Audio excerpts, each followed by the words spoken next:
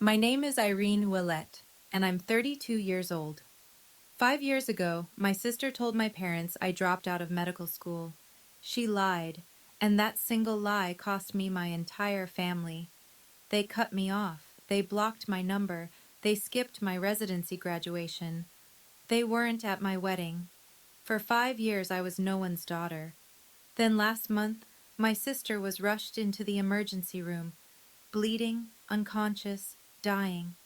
The trauma team paged the chief surgeon.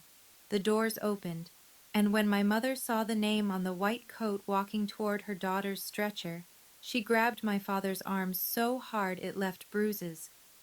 Before we get into this, please take a moment to like and subscribe, but only if this story truly resonates with you. And drop your location and local time in the comments. I want to know where you are right now. Now let me take you back to the fall of 2019, to a kitchen table in Hartford, Connecticut, and the last time my father ever looked at me with pride. Growing up, there were two daughters in the Ouellette house, but only one who mattered. My sister Monica is 3 years older. She came out of the womb performing school plays, student council, the girl who could talk to any adult at any dinner party and make them laugh. My parents, Jerry and Diane Willette, Hartford, Connecticut, salt of the earth middle class, adored her for it. Dad managed a manufacturing plant. Mom did part-time bookkeeping. They valued two things above all else: appearances and obedience. Monica delivered both, flawlessly, every single day. I was the quiet one, the one with her nose in a biology textbook at Thanksgiving, while Monica held court at the table. I wasn't rebellious. I wasn't difficult. I was simply invisible. There's a difference between being forgotten and never being seen in the first place. Here's a small example. 8th grade, I made it to the state science fair, the only kid from our school. Same weekend, Monica had a community theater performance. One guess where my parents went. When I came home with a second place ribbon, Dad glanced at it and said, "That's nice, Reenie." He didn't ask what my project was about. He never did. I told myself it didn't hurt. I told myself I didn't need the attention. I poured everything into my grades, my AP classes, my applications. I figured if I couldn't be the daughter they noticed, I'd be the daughter they couldn't ignore. And for one brief, shining moment, I was. The day I got accepted into Oregon Health and Science University's medical program, 3,000 miles from Hartford, something shifted. For the first time in my life, my father looked at me, really looked at me, and said 5 words I'd waited 18 years to hear. But I'll get to that. First, you need to understand what Monica did when she realized the spotlight was moving. The acceptance letter came on a Tuesday in April. I remember because Monica was visiting for the weekend. She was 22, working as a marketing coordinator at a mid-level firm in Stamford. Fine job, fine life. Fine was Monica's ceiling, though she'd never admit it. Dad read the letter at the kitchen table. His eyebrows went up. "Oregon Health and Science," he said, slow, like he was tasting the words. "That's a real medical school." Then he looked at me. "Maybe you'll make something of yourself after all, Reenie." It wasn't a compliment, not really, but it was the closest thing to one I'd ever gotten from him, and I held on to it like oxygen. Mom called Aunt Ruth that night. She called her sister. She called 2 neighbors. "Irene got into medical school. Can you believe it?" Her voice had a pitch I'd never heard before. Pride. Genuine, undiluted pride, directed at me. At dinner, I glanced across the table at Monica. She was smiling, but it was the kind of smile that stops at the mouth. Her eyes were doing something else entirely. Calculating, measuring, recalibrating. I know that now. At the time, I just thought she was tired from the drive. That week, Monica started calling me more. 2, 3 times a week. "How's packing going? Who's your roommate? What's Portland like?" She asked about my schedule, my classmates, my professors. She remembered every name I mentioned. I thought my sister was finally seeing me. I thought maybe my getting into med school had unlocked something between us. Respect, connection, whatever it is that normal sisters have. I was feeding her ammunition. Every detail, every name, every vulnerability. And I handed it all over with a grateful smile. Third year of medical school. That's when everything cracked open. My roommate, my best friend, was a woman named Sarah Mitchell. She'd grown up in foster care, no family to speak of, and she was the single reason I survived first year. When I called home once during a brutal anatomy exam week and Mom said, "Can't talk, Reenie. Monica's having a rough day at work." It was Sarah who sat on our apartment floor with me and said, "Their loss. Now get up. We have cadavers to memorize." Sarah was diagnosed with stage 4 pancreatic cancer in August of my third year. No family, no support system, just me. I went to the dean's office the next morning, explained the situation. He approved a formal leave of absence, 1 semester, caregiver status, paperwork filed, spot held. I would come back in January. It was all documented, all legitimate. I moved into the spare bedroom at Sarah's apartment, drove her to chemo, held her hand in the oncology ward at 3 in the morning when the pain got so bad she couldn't breathe. I called Monica to tell her. I don't know why.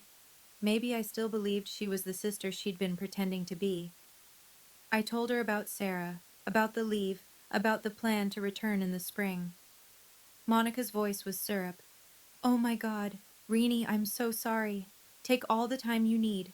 I won't say a word to Mom and Dad. I know they'd just worry." 3 days later, she called our parents. I don't know the exact words she used that night.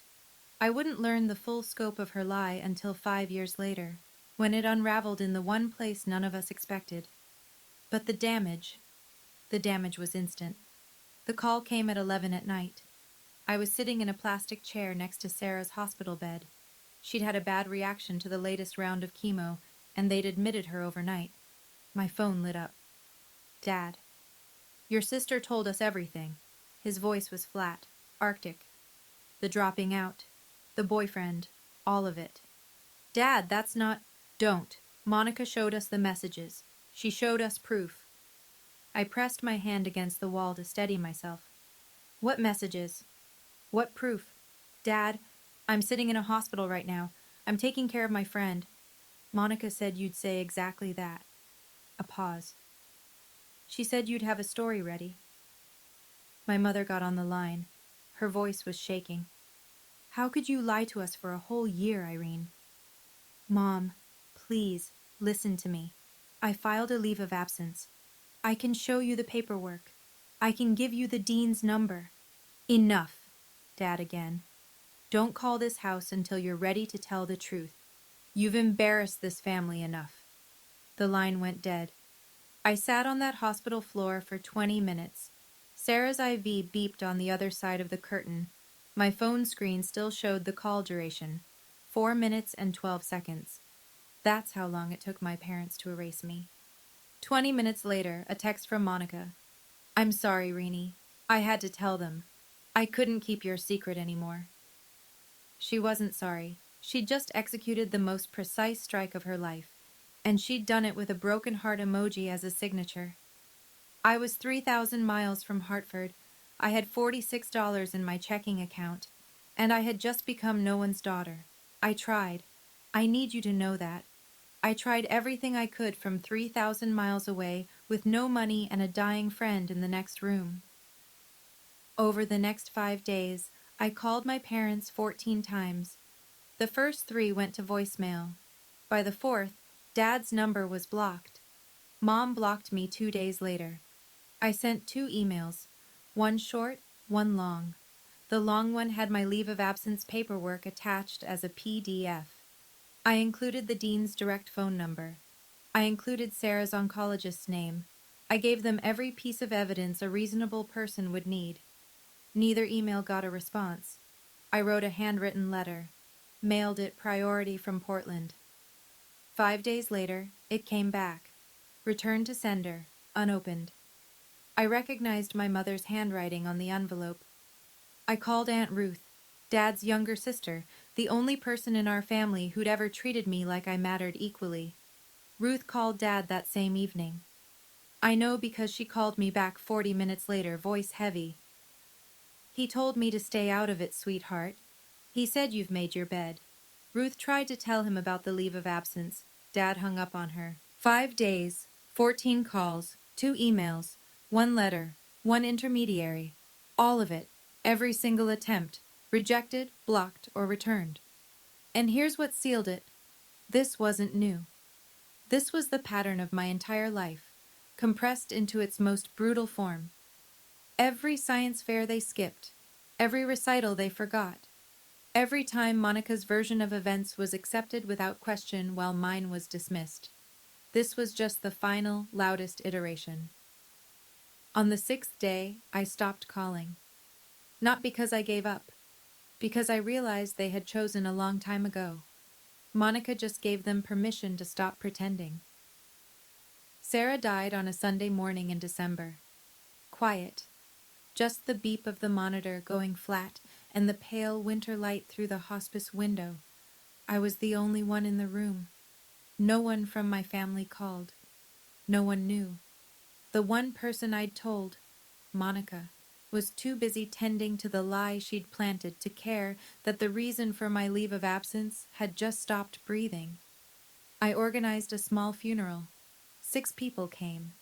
Sarah's former foster sister drove up from Eugene, a couple of classmates, a nurse from the oncology ward who'd grown fond of her. I stood at the front of a chapel that could hold 60 and read a eulogy to rows of empty pews. I didn't cry, not because I wasn't broken, because I'd been crying for 3 months straight, and there was nothing left. That night, I sat alone in Sarah's apartment, our apartment. Her coffee mug was still on the counter, her jacket still hung by the door. I opened my laptop and stared at the application to re-enroll for the spring semester. Then I found it.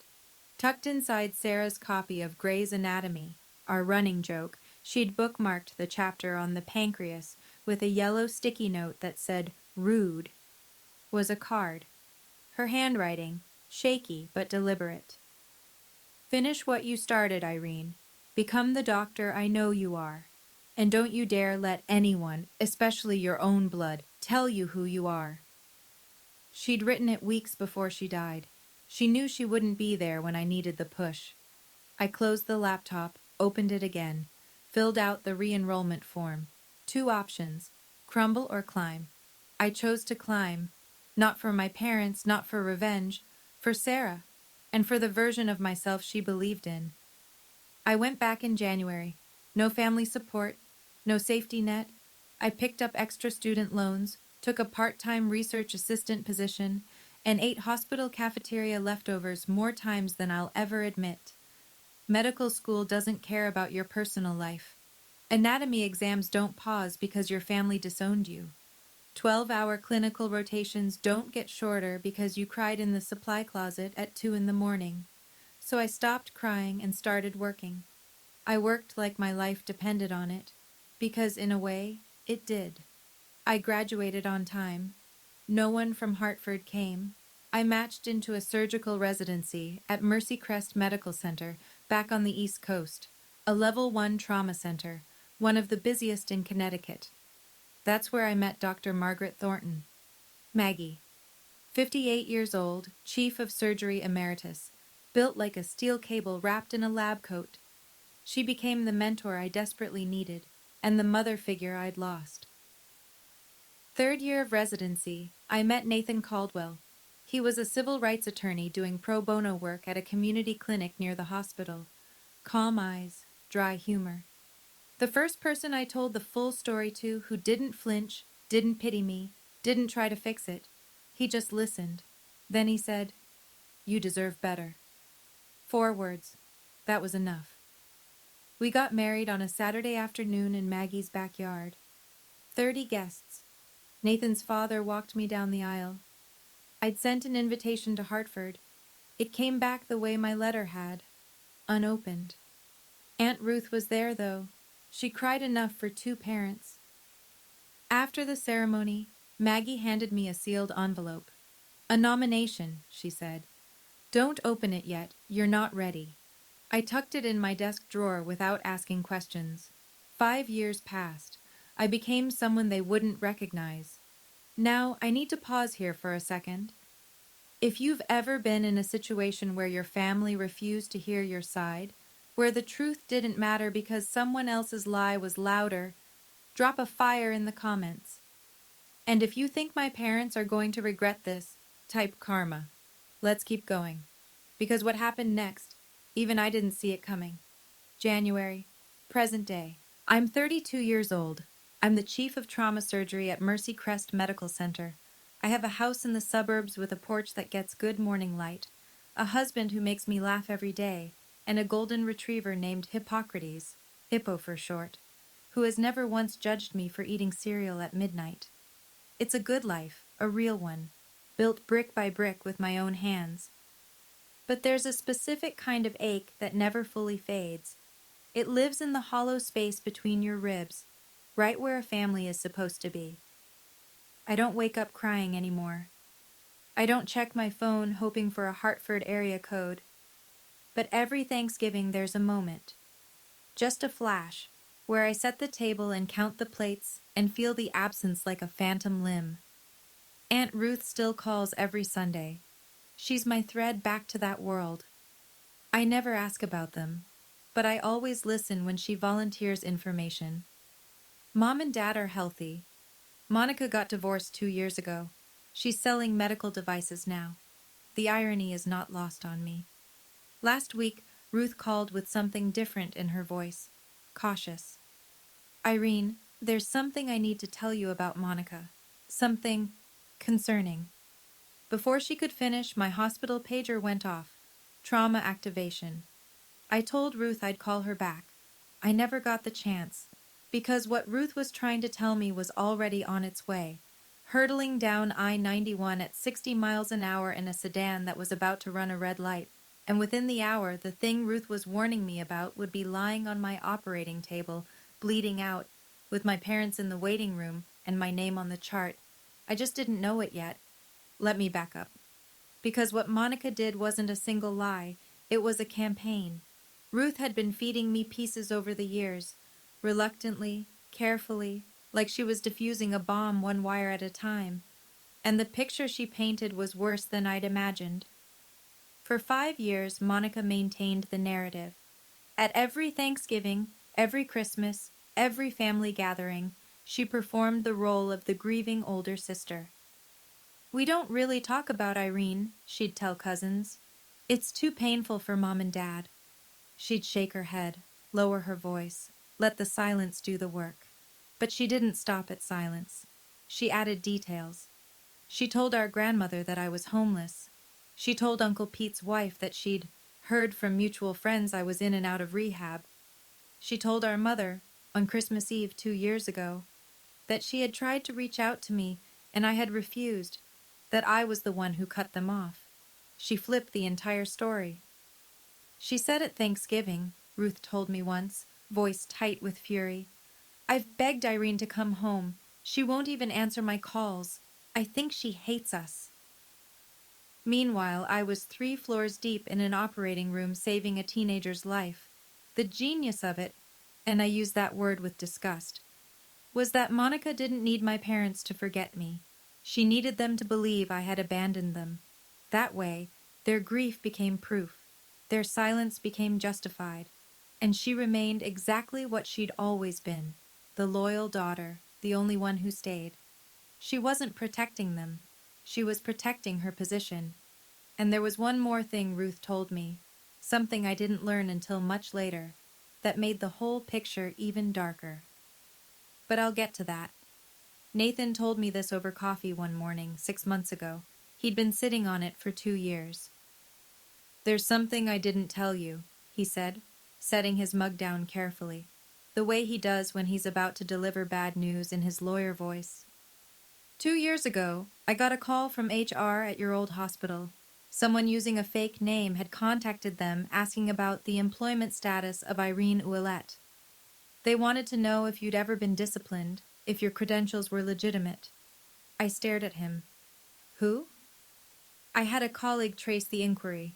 The IP address came back to Hartford. The kitchen went very quiet. Ipo's tail thumped against the floor. The coffee maker hissed. She was trying to find something, I said. Anything, Nathan confirmed.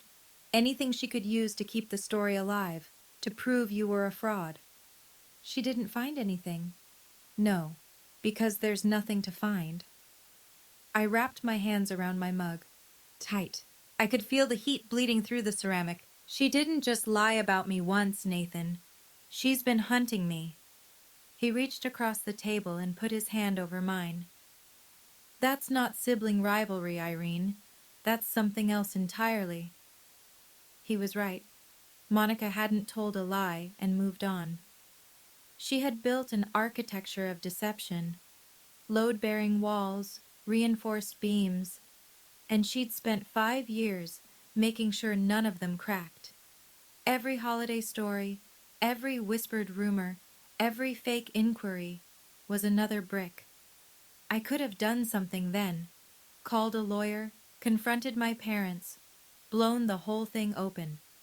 But I didn't, because life was about to do it for me, in the most brutal, public, and ironic way imaginable. And it started with a pager at 3 in the morning. Thursday night, January, 3:07 a.m. The pager dragged me out of a dead sleep. Nathan shifted beside me, murmured something. Ipo lifted his head from the foot of the bed. The screen glowed in the dark. Level 1 trauma. MVC, single female, 35, blunt abdominal trauma, hemodynamically unstable. ETA 8 minutes. I was dressed in 4 minutes. Driving in 6. The roads were empty and wet, that particular shade of black that January gives you in Connecticut. I ran through the case in my head the way I always do. Mechanism of injury, probable organ involvement, surgical options, motor vehicle collision, blunt abdominal trauma, unstable vitals, likely splenic rupture, possible liver laceration. I'd done this surgery 100 times. I badged in through the ambulance bay entrance and walked straight to the trauma bay. My team was already assembling. 2 residents, a trauma nurse, anesthesia on standby. I picked up the intake iPad from the charge nurse's station and swiped to the incoming patient chart. Patient, Monica D. Ouellette, DOB, March 14, 1990.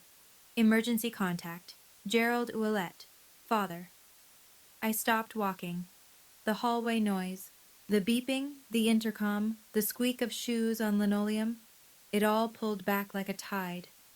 For 2 seconds, maybe 3, I wasn't a surgeon. I was a 26-year-old sitting on a hospital floor in Portland, phone still warm in my hand, listening to a dial tone. Dr. Ouellette? My charge nurse, Linda, appeared at my shoulder. You okay? I looked up, blinked, set the iPad down. I'm fine. Prep Bay 2, and page Dr. Patel. I want him on standby. The ambulance siren wailed in the distance, getting closer, and behind that ambulance, I knew, before I could see them, were 2 people I hadn't faced in 5 years. The ambulance doors cracked open and the stretcher came fast. Monica was strapped down, unconscious, oxygen mask fogging with shallow breaths, blood on her shirt, one hand hanging limp off the side rail.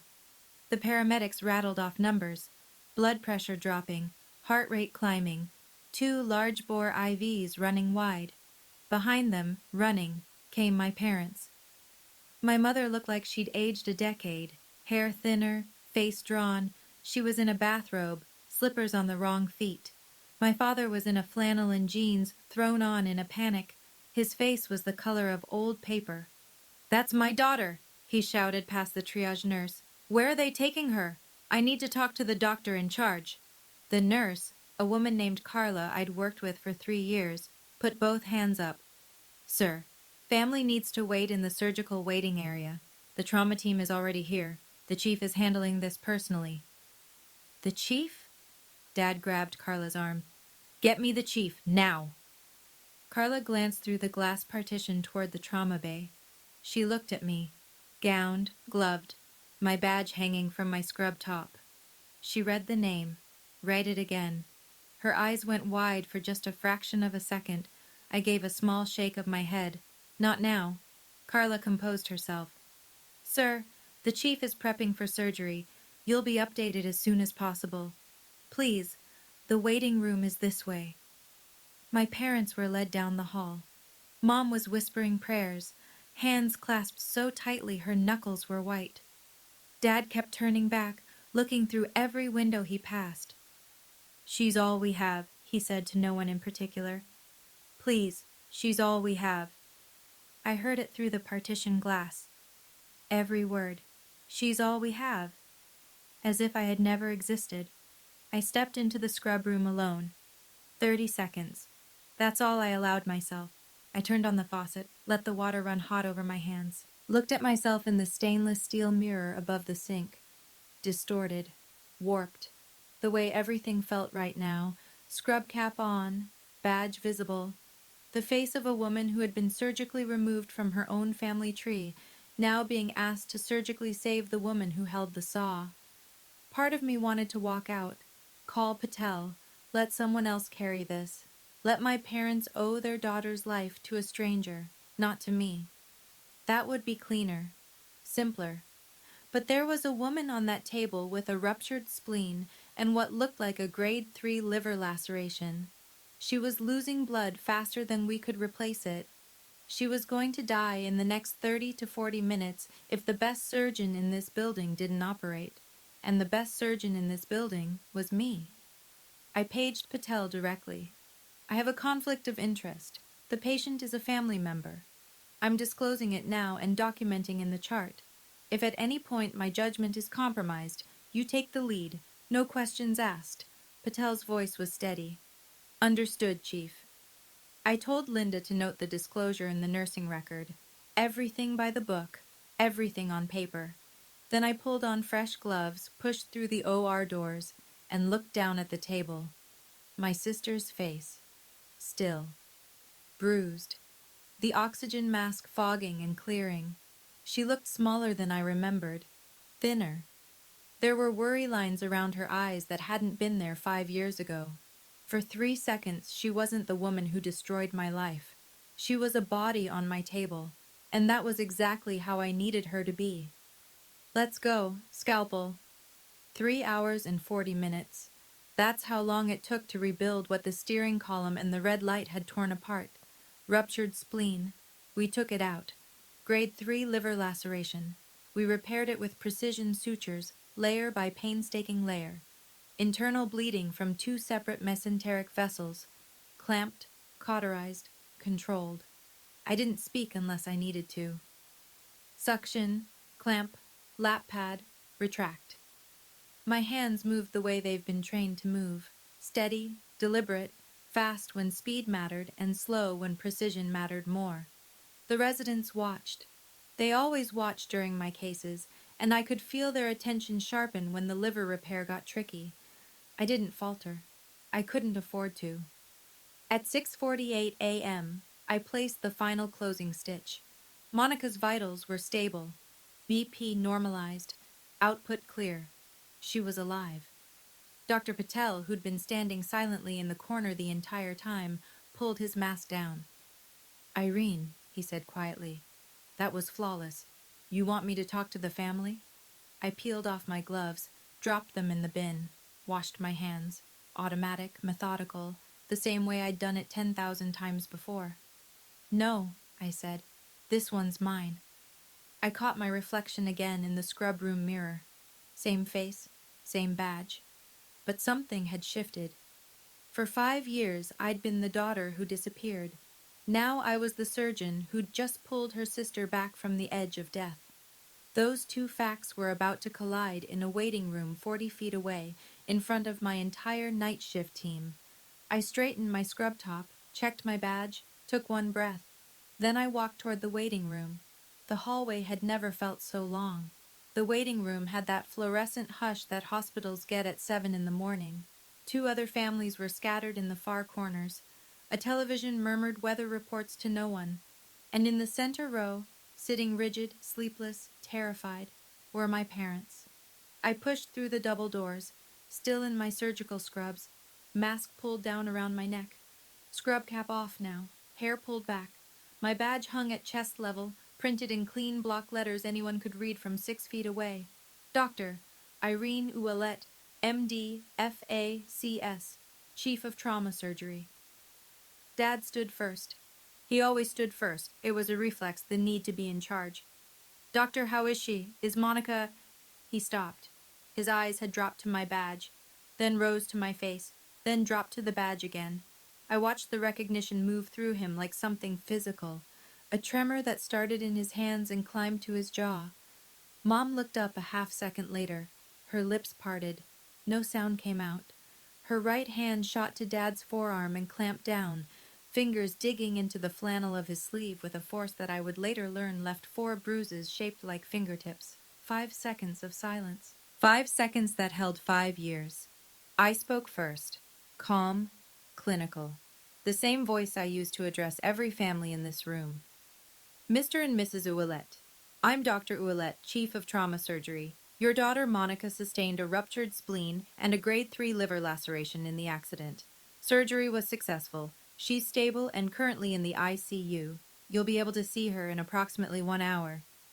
Mr. and Mrs. Not Mom and Dad. I watched that land. I watched it cut. Behind me, through the glass partition, Linda and 2 nurses were watching. They knew. By the look on their faces, they'd already put it together. My mother moved first. She took a step toward me, arms lifting, a sob already breaking through her chest. Irene? Oh my God. Oh my God. Irene. I stepped back. Half a step. Polite. Unmistakable. She froze. Her hands hung in the air between us. Then slowly, painfully, dropped to her sides. Dad's voice came out like gravel dragged over concrete. You're a doctor. I am. You're the chief. I am. But Monica said what exactly? He closed his mouth, opened it, closed it again. I could see the machinery of his mind trying to reassemble 5 years of certainty that was crumbling in real time. Mom was crying now, not quietly. We thought you dropped out. She told you I dropped out, that I had a boyfriend with a drug problem, that I was homeless, that I refused to contact you. I kept my voice level. No shaking, no tears. I had rehearsed this moment 1,000 times in the shower, in the car, in the dark before sleep. I never thought it would happen in surgical scrubs under fluorescent lights. None of it was true. Not a single word. Through the glass behind me, I could see Carla press a hand to her mouth. A resident, Dr. Kimura, 2nd year, looked away, jaw tight. Linda set down her clipboard and stared. Dad tried to redirect. Old instinct. This isn't the time or place, Irene. Your sister is in the ICU. I know. I just spent 3 hours and 40 minutes making sure she survives. So yes, Dad, I'm aware of where she is. He had nothing. For the first time in my life, my father, a man who had never been at a loss for a decree, had absolutely nothing. The silence was doing the work I never could. 5 years of blocked calls, returned letters, ignored emails, none of it had made a dent. But standing here, alive and accomplished and wearing the proof on my chest, that was louder than anything I could have written in a letter. Mom reached for the back of a chair to steady herself. The letters, she whispered. You said you sent letters. 2 emails with my leave of absence paperwork attached. 1 handwritten letter, mailed priority. You sent it back unopened. I recognized your handwriting on the envelope. She pressed her fist against her mouth. Dad stared at the floor. I called 14 times in 5 days. I asked Aunt Ruth to talk to you. You told her to stay out of it. I wasn't accusing. I was reciting. These were facts, and facts don't need volume. Then Linda appeared at the door. She didn't know the full story, not yet, but she had hospital business. Dr. Ouellette, I'm sorry to interrupt. The board chair saw the overnight trauma log. He asked me to pass along. The Physician of the Year selection committee sends their congratulations on tonight's surgical outcome. Linda said it the way she'd say anything routine. She had no idea she'd just detonated a second bomb. Mom looked at me, eyes swollen, mascara gone, bathrobe still on. Physician of the Year? It's an internal recognition. It's nothing. I turned to Linda. Thank you. I need to check post-op vitals. Excuse me. I walked toward the ICU corridor. Measured steps, spine straight. I didn't look back, but I heard my mother's voice behind me, small and ruined. Jerry, what have we done? And I heard something I'd never heard before. My father, saying nothing. Because silence, for the first time, was the only honest thing he had left. 4 hours later, ICU, room 6, monitor beeping in rhythm, morning light angling through the blinds. I walked in for the standard post-op assessment. Vitals, drainage output, wound check, routine. Except nothing about this was routine. Monica's eyes were open, glassy, unfocused from the anesthesia, but open. She blinked at the ceiling, blinked at the IV pole. Then her gaze tracked sideways to me. She squinted. Read my badge. Read it again. The color drained from her face in a way I've seen before, but only in patients who've just been told their prognosis is bad. Irene. Her voice was sandpaper. Good morning, Monica. I'm your attending surgeon. You sustained a ruptured spleen and a grade 3 liver laceration from the accident. Surgery went well. You're going to make a full recovery. You're a doctor. Not a question. A reckoning. I'm the chief of this department, have been for 2 years. I watched it happen. The same spectrum Dad had gone through, but slower, because Monica was processing it through a morphine drip and what I suspect was dawning terror. Confusion first, then disbelief, then fear. And then, there it was, the expression I'd seen my whole life, the quick flicker behind the eyes, calculation. Even now, lying in a hospital bed with my sutures holding her liver together, Monica was trying to figure out how to spin this. Irene, listen, I can explain. You don't need to explain anything to me. I nodded toward the glass door, where 2 figures stood in the hallway, watching. Faces wrecked, eyes red. You need to explain it to them. I updated her chart, checked the drain, left without another word. I didn't stay to hear what happened next, but the entire ICU floor heard it. Monica's room wasn't soundproof, and neither was the truth. Okay, I have to stop here for a second. What do you think Monica told my parents when they walked into that ICU room? Option A. She finally tells the truth. Option B. She doubles down on the lie. Option C. She plays the victim, again. Drop your answer in the comments. And if you haven't subscribed yet, now is the time. Because the next part of this story is where everything comes crashing down. I learned what happened from Linda, who heard it from the ICU nurse, who heard it through the glass. If you guessed option C, congratulations. You know my sister. The moment my parents walked in, Monica started crying.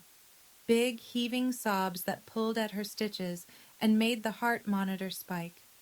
Mom, Dad, you have to believe me. I never meant for it to go this far. I was scared for her. Dad stood at the foot of the bed. His voice was barely controlled. Monica, Irene is a surgeon. She's the chief of trauma surgery at this hospital. I didn't know that. She said she sent letters, emails. She called 14 times. She asked Ruth to intervene. Mom's voice was flat, hollow. Is that true? She's exaggerating. You know how Ruth tried to tell us. Dad again, and this time his voice cracked. Not from sadness, but from the structural failure of everything he'd believed for 5 years. 2 years ago, Ruth called and said Irene was in residency. A surgeon. You told us Ruth was lying, that she was just trying to cause drama. Ruth doesn't know the whole story. What is the full story, Monica? Mom, screaming. In an ICU. The nurse at the station outside flinched. 2 rooms down, a patient's visitor looked up from their phone. And Monica, backed into a corner, IVs in both arms, my sutures in her abdomen, did what she always does. She pivoted from defense to offense. Fine, she's a doctor. Good for her. But she abandoned this family. She never called because we blocked her number, Monica. Dad's hand was on the bed rail, knuckles white. Because you told us to. The heart monitor beeped. The IV dripped. And Monica, for perhaps the first time in her adult life, had no script. Aunt Ruth walked into the ICU at 9:45 that morning. I'd called her from the scrub room after surgery, not to summon her as a weapon, but because Monica was her niece, too, and Ruth deserved to know. But Ruth came prepared. 5 years of silence will do that to a woman with a filing system and a long memory. She didn't sit down, didn't hug anyone. She stood in the middle of that room and said, I've been waiting 5 years to have this conversation, and I'm not waiting 1 more minute. She pulled out her phone, opened a folder she'd labeled, I found out later, Irene, proof. Inside, screenshots of every email I'd sent my parents in those first desperate days. The PDF of my leave of absence from OHSU, signed by the dean, stamped with the registrar's seal. My re-enrollment confirmation. A photo of my residency graduation, me in a cap, holding the diploma, Aunt Ruth next to me, the only family member in the frame. She held the phone out. Mom took it with trembling hands. And here, Ruth said, swiping to a text thread. This is from Monica, sent to me 4 years ago. She read it aloud. Don't tell Mom and Dad about Irene's residency. It'll just confuse them. They're finally at peace. The room went still. Monica stared at the ceiling. Her jaw was set, but the calculation was gone from her eyes. What replaced it was something I'd never seen there before, the look of someone who's run out of rooms to hide in. You told me to keep quiet for the family's sake, Ruth said, looking straight at Monica. But this family hasn't had peace. It's had a 5-year blackout. Ruth turned to my parents. And you two, you let this happen, not because you didn't love Irene, but because loving Monica was easier.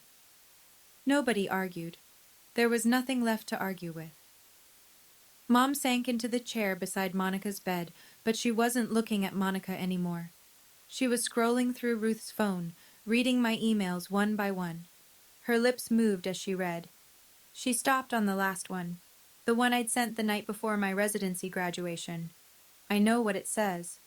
I've reread it 100 times in my own sent folder. Mom, I don't know if you'll read this. I graduated from residency today. I wish you were here. I'm still your daughter. I never stopped being your daughter. Mom doubled over in the chair. Not crying. It was beyond that. It was the sound of someone meeting the full weight of a mistake they can never undo. Dad stood at the window, his back to the room, his shoulders shaking. Aunt Ruth told me later it was the first time she had ever seen her older brother cry. In 62 years, not once. Not at their mother's funeral. Not when his business nearly went under. Not ever. He cried now. Silently, facing the parking lot, while the monitor beeped behind him. Monica lay in the bed. She'd stopped talking. The IV dripped. Her eyes were fixed on a point on the ceiling. There was nothing left to perform, no audience that would believe her. The persona she'd worn for 35 years was lying in pieces on the linoleum, and no amount of charm or tears or clever reframing was going to put it back together. You missed her wedding, Jerry. Ruth's voice was quiet now, spent. Nathan's father walked her down the aisle. Do you understand what that means? Dad didn't turn from the window, but he spoke. 4 words. low, cracked down the center. What have we done? Not a question. He wasn't asking. He was convicting. And knowing the truth and knowing what to do with it, those are two very different things. I came back that afternoon. End of my shift. 22 hours since the pager woke me. But who's counting? My parents were still there. Of course they were. Where else would they go? Back to the house where they'd spent 5 years pretending they only had one daughter? Mom stood up the second I walked in. Her face was swollen, eyes nearly shut from crying. Irene, baby, I'm so sorry. I held up my hand, gently, but firm. I hear you, and I believe you're sorry. But sorry is a word. It's a starting place, not a finish line. What I need is time. Dad turned from the window. He looked like he'd aged 5 years since this morning. We want to make this right. Then you need to understand something. I kept my voice even. This wasn't anger. This was clarity. The kind that only comes after you've burned through every other emotion, and what's left is the truth, clean and simple. I'm not the girl you sent away. I'm not the girl who begged you to listen for 5 days from 3,000 miles away. I'm someone who built a life, a whole life, without you. And if you want to be part of it now, it will be on my terms, not Monica's, not yours, mine. Dad opened his mouth. Old reflex. Then he closed it and nodded, a small, devastated nod. I looked at Monica on the bed. Her eyes were open, watching me. When you're recovered, I said, you and I are going to have a conversation, a real one, but not today. Today, you're my patient. I don't mix the two. I left, spine straight, steps measured. I didn't turn around. I'm not closing the door, but I'm the one who decides when it opens, how wide, and who walks through. 2 weeks later, Monica was discharged. Her incision was healing, the rest of her, not so much. I chose the location, a coffee shop in Middletown, halfway between her apartment and my house. Neutral ground. Nathan came but sat at a separate table near the window, pretending to read briefs. He wasn't pretending. Monica walked in looking like someone who'd been hollowed out. She'd lost weight. Surgery plus not eating will do that. And the confidence she usually wore like cologne was gone. For the first time in my memory, my older sister looked exactly her age. She sat down, wrapped her hands around a cup she didn't drink from, stared at the table. I didn't do preamble. I'm not going to yell at you. I'm not going to list every lie. You know what you did. What I want to know is why. Silence. Long enough that the barista called someone's name and it echoed off the walls. Then quiet. Because you were going to be everything I wasn't. And I couldn't handle it. I let that sit. That's honest. First honest thing you've said to me in 10 years. I'm sorry, Irene. I know you are. But sorry doesn't give me back the years. Sorry doesn't put Dad at my wedding. Sorry doesn't unsend that box Mom shipped back to me. My high school graduation things. Returned like I was dead to her. She looked away. Her eyes were wet. Real tears. I know the difference now. Then she said something I wasn't expecting. I also called your medical school. Twice. I tried to get them to revoke your leave of absence. I told them you'd fabricated the caregiver documents. The coffee shop hummed around us. I stared at her. Your dean wouldn't listen to me. He protected you. He didn't protect me, Monica. He believed the truth. That's not the same thing. I leaned back in my chair, took a breath. This was the part I'd mapped out the night before, sitting on the kitchen floor with Hippo's head in my lap while Nathan reviewed it with me like a closing argument. I'm not cutting you out of my life, I said, but I'm setting conditions. Monica nodded, small, defeated. You will tell the truth, the full truth, to every family member you lied to, every aunt, every uncle, every cousin who spent 5 years thinking I was in rehab or living on the street. You will correct every single story. I will. And you'll do it in writing. An email to the family group. All 47 people. Ruth will confirm everyone receives it. Another nod. I met with my parents separately the following week. Nathan drove me. We sat at their kitchen table, the same table where Dad had read my acceptance letter all those years ago. The same table where Monica had smiled with just her mouth. I'm open to rebuilding, I said. But I need you to go to family counseling, both of you. Not for me, for yourselves. You need to understand why you believed a lie about your own daughter and never once picked up the phone to check. Dad's jaw tightened. We don't do that in this family. That's exactly why we're here, Dad. Mom put her hand on his arm, gently. Jerry, please. He looked at her, looked at me. Something behind his eyes cracked. Not open, not yet, but cracked. Fine. I stood to leave, then turned back. One more thing. Nathan's father walked me down the aisle. That happened. We can't undo it. But if you want to know your future grandchildren, you start now. Not with grand gestures, with consistency. Apologies expire, boundaries don't. That's the difference between sentiment and structure. 1 month later, the Physician of the Year Gala. 200 people in the ballroom of the Hartford Marquis Hotel. Surgeons, department heads, hospital administrators, donors, board members, crystal glasses clinking, name tags on lanyards. A string quartet playing something classical that nobody was listening to. I wore a simple black dress. Nathan was at a front table, looking like he'd been born in a suit. Maggie Thornton sat beside him, arms crossed, the faintest smile on her face, the one she reserves for moments she's been engineering for years. The MC stepped to the podium. This year's Physician of the Year, a surgeon whose clinical excellence, composure under pressure, and commitment to her patients have set a new standard for this institution. Dr. Irene Ouellette, Chief of Trauma Surgery. Applause, standing ovation from the surgical staff who'd seen me work. I walked to the stage, spotlight warm, podium solid under my hands. I kept it short. 5 years ago, I almost quit. Not because I couldn't do the work, but because I lost the people I thought I needed to keep going. What I learned is that the people you need aren't always the ones you're born to. Sometimes they're the ones who choose you. I looked at Maggie, at Nathan, at my team in the 3rd row.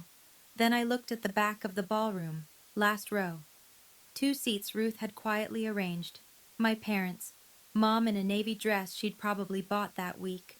Dad in a tie he clearly hated, both sitting with their hands in their laps, looking up at the stage with expressions I can only describe as grief and pride waging war on the same face. And sometimes, I said, the ones you're born to find their way back, late, but here. Mom covered her mouth. Dad stood. Applause filled the rest. After the gala, Dad found Nathan near the coat check. He stood in front of my husband for a long moment. I owe you an apology. I should have been the one. Nathan, gracious to his core, extended his hand. With all due respect, sir, you should have been a lot of things. But we're here now. They shook hands. Dad's eyes were red. He didn't let go right away. Monica sent the email on a Wednesday night. Ruth confirmed delivery to all 47 addresses. I didn't read it until the next morning. Nathan brought me coffee and set the laptop on the kitchen table without a word. He knows when to give me space. It was 3 paragraphs. No excuses, no flowery language, just the facts laid bare. She had lied about my leaving medical school. She had fabricated evidence. She had maintained the deception for 5 years. She had deliberately prevented our parents from learning the truth. She ended with, Irene never abandoned this family. I made sure they believed she did. That is entirely on me. The responses came in waves. Uncle Pete's wife called Ruth in tears. She'd repeated Monica's rehab story at a book club 2 years ago. Cousin David in Vermont sent Monica a 1-line reply. I don't know who you are anymore. Our grandmother, Nana June, 89, The matriarch who'd stopped asking about me at Thanksgiving because Monica told her it was too painful, called me directly. "I'm 89 years old," she said, her voice paper thin but furious. "And I have never been lied to so thoroughly by my own blood. Irene, forgive an old woman for not seeing it." "There's nothing to forgive, Nana. You were lied to. We all were." Nobody organized a boycott of Monica. Nobody sent group texts declaring her dead to them, but the trust she'd stockpiled, the currency she'd been spending for 35 years, was gone. You could feel it in the silence after her email, in the replies that didn't come, in the invitations that quietly stopped arriving. No one punished Monica. They just stopped believing her. And for someone who'd built her entire identity on being believed, that was punishment enough. My parents started counseling in February. A therapist in West Hartford named Dr. Renna, calm, direct, the kind of woman who doesn't let you dodge a question. Mom took to it immediately. She'd been carrying the weight of her passivity like a stone in her coat pocket, and the first time Dr. Renna named it, enabling through silence, Mom broke down in the office and didn't stop crying for 40 minutes. "That's what Ruth told me. I wasn't there. It wasn't my session to witness." Dad struggled. He went. He sat in the chair. He answered questions in as few words as possible. Dr. Renna told him, Ruth relayed, that his need to be right, his refusal to revisit a decision once it was made, had been the load-bearing wall of this entire disaster. Monica provided the lie, but Dad's pride cemented it into place. He didn't argue with her. That might have been the first sign of change. 3 weeks into counseling, Mom mailed me a letter, handwritten. The irony wasn't lost on either of us. "I failed you," she wrote. "Not just when I believed Monica, but every time I chose peace over fairness. Every time I let your father's temper decide what was true.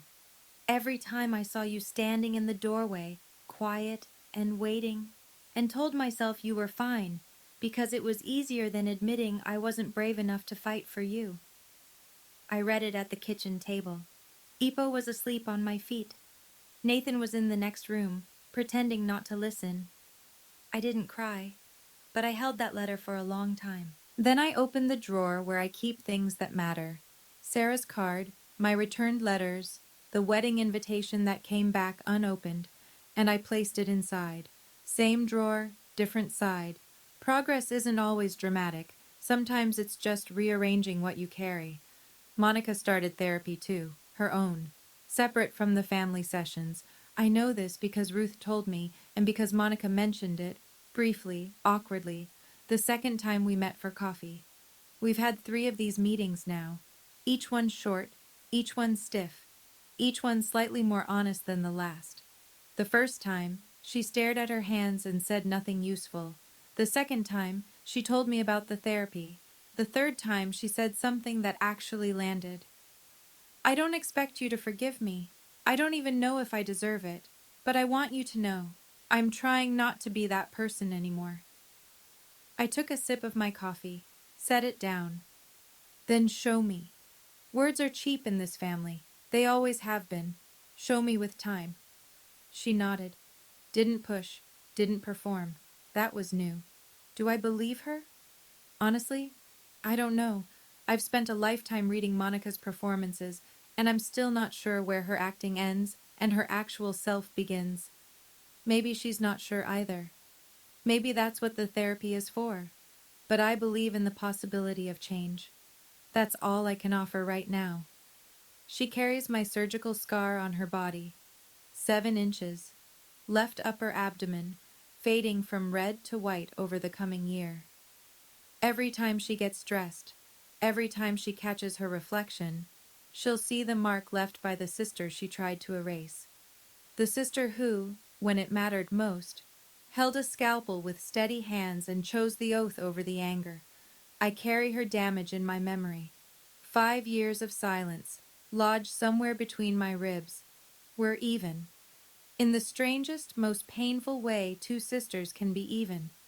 And maybe, with enough time, enough real, unglamorous, consistent time, We'll find our way to something that isn't even.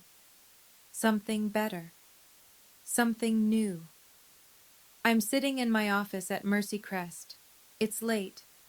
The hallway outside is quiet. That particular stillness hospitals have after the last visitors leave and before the night shift energy kicks in. My nameplate is on the door. My diplomas are on the wall. Not because I need to see them, but because the residents do. On my desk, a framed wedding photo. Nathan, Maggie, Aunt Ruth, 30 guests, a backyard in October light. No parents in the frame, but on the bookshelf next to it, a new photo, taken 3 weeks ago. Mom and Dad, standing on my front porch, coats on, looking slightly lost. Dad's hands are in his pockets. Mom is mid-smile, trying too hard but trying. It's awkward. It's imperfect. It's real. If you're watching this and you see yourself in my story, whether you're the one who was silenced or the one who did the silencing, I want to tell you something. The truth doesn't expire. It doesn't matter if it takes 5 days or 5 years. The truth has a patient way of showing up exactly when it's needed most. You can't rush it, but you can't outrun it either. I didn't get revenge on my sister. I didn't need revenge. I became someone who didn't need it. And that turned out to be the most devastating response of all. Not a scheme, not a plan. Just a life, lived fully, on my own terms. And if you're waiting for your family to see you, really see you, stop waiting. See yourself first. Build the life you deserve with the people who show up. And when the others finally turn around, let them find a door that you control. You decide when it opens. You decide how wide. You decide who walks through. That's not revenge. That's architecture. Sunday morning, first week of February. Light snow falling outside the kitchen window, the kind that doesn't stick but makes everything look like it's being gently forgiven. I'm making French toast. Nathan is grinding coffee beans, singing off-key to something on the radio. Ipo is stationed under the table, optimistic about crumbs. The doorbell rings. I wipe my hands on a towel and open the front door. Mom and Dad, standing on the porch in their winter coats. Dad is holding a bottle of orange juice like he's not sure what to do with his hands. Mom has a tin of homemade cookies. Her shortbread, the ones she used to make for every school event of Monica's and none of mine. "Hi," Mom says, nervous, hopeful. "Come in," I say. "Coffee's almost ready." Dad steps inside, looks around the kitchen like he's cataloging everything, the house he's never been in, the life he almost never knew existed. He clears his throat. "Can I help with anything?" I look at him. My father, 62 years old, standing in my kitchen for the first time, asking permission to be useful. "You can set the table, Dad." He nods, goes to the cabinet I point to, takes out plates, counts them, looks at me. "4?" "4." He sets them down, one by one, carefully, like they might break if he's not gentle. Nathan hands him coffee. Mom hugs me at the stove. Not a dramatic movie hug, just a quiet one.